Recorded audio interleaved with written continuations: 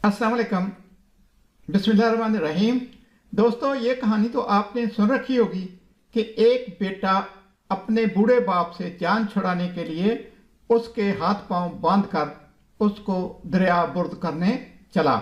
जब वो अपने बाप को दरिया में एक जगह फेंकने लगा, उसके बाप ने कहा, बेटा ठहरो, मुझे थोड़ा सा आगे करके फेंको, क्योंकि यहाँ तो मैंने अपने बाप को फेंका था।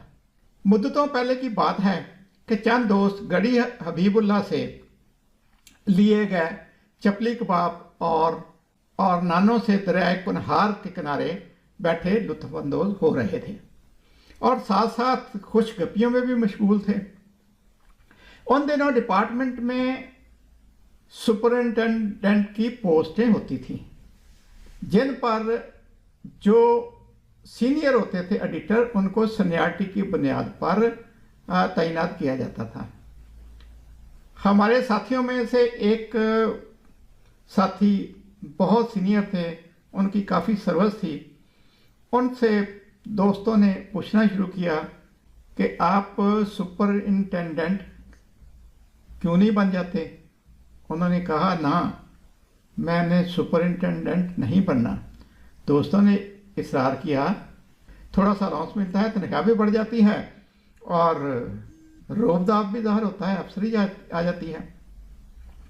उन्होंने कहा, ना पाजी ना, मैंने सुपरिंटेंडेंट नहीं लगना।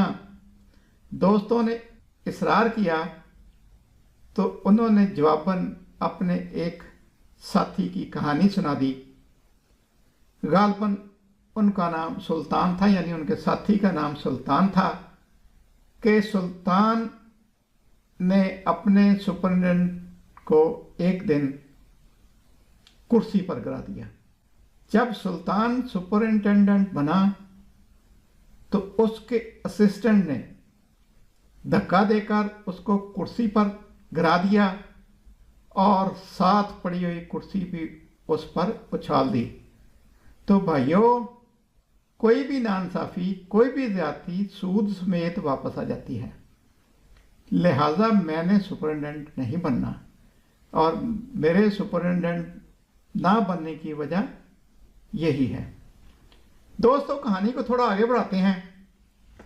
एक था काजी, जो अपनी पोजीशन का नाजायज़ इस्तेमाल करते हुए साथी जजों, सहाफ़ियों, साइलों, वकीलों की बेइज्जती करने का कोई भी मौका हाथ से नहीं जाने देता था।